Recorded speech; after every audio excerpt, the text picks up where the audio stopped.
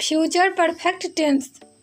अगर हिंदी की क्रिया से यह बोध होता है कि कार्य भविष्य में किसी निर्धारित समय तक समाप्त हो चुकेगा, तो उसका अनुवाद प्रायः फ्यूचर परफेक्ट टेंस की क्रिया यानी शैल या will plus have plus V3 से होगा।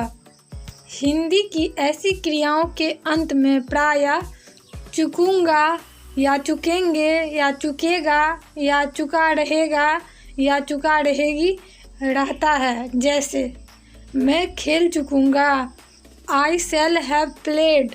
राम लिख चुकेगा, राम विल हैव रिटेन। वाक्य की बनावट एफर्मेटिव, सब्जेक्ट प्लस शैल या will plus have plus V3। Negative, subject plus shall या will plus not plus have plus V3। Interrogative, shall या will plus subject plus have plus V3। Example, मैं काम कर चुकूंगा, I shall have worked. मैं काम नहीं कर चुकूंगा, I shall not have worked. क्या मैं काम कर चुकूंगा, शैल आई हैव वर्कड। तुम जा चुकोगे, यू विल हैव गॉन। तुम नहीं जा चुकोगे, you will not have gone. क्या तुम जा चुकोगे, will you have gone. Exercise 134। Translate into English.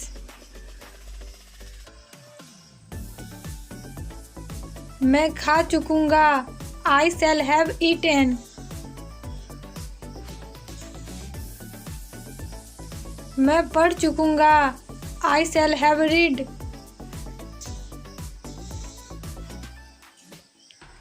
हम लोग काम कर चुकेंगे, वी शैल हैव वर्कड।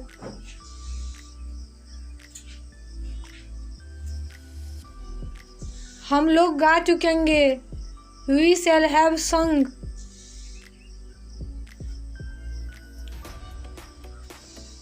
तुम आ चुकोगे, यू विल हैव कम।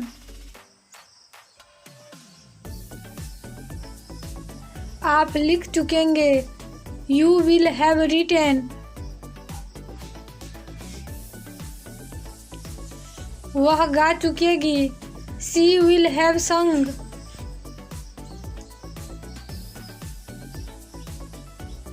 वह खेल चुकेगा, ही विल हैव प्लेड।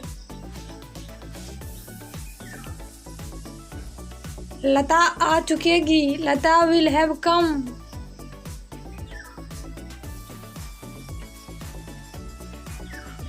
वे लोग नाच चुकेंगे, दे विल हैव डांस्ड।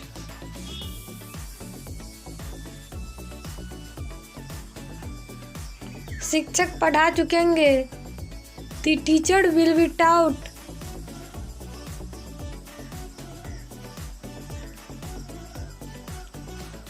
मैं सो चुकूंगा, आई शैल हैव स्लीप्ड। मैं नहीं सो चुकूंगा, I shall not have slept. क्या मैं सो चुकूंगा, शैल आई हैव स्लीप्ड। वह जा चुकेगी, शी विल हैव गॉन।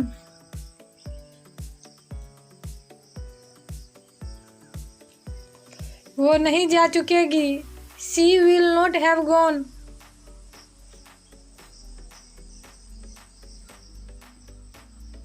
क्या वह जा चुकेगी, विल शी हैव गॉन।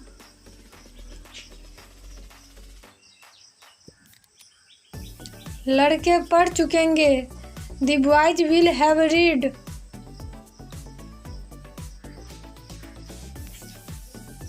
लड़के नहीं पढ़ चुकेंगे, the boys will not have read.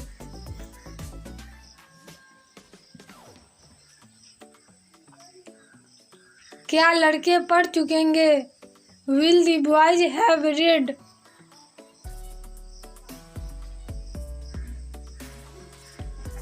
Please like कीजिए, कमेंट्स कीजिए, शेयर कीजिए और हमारे चैनल को सब्सक्राइब कीजिए। Thank you.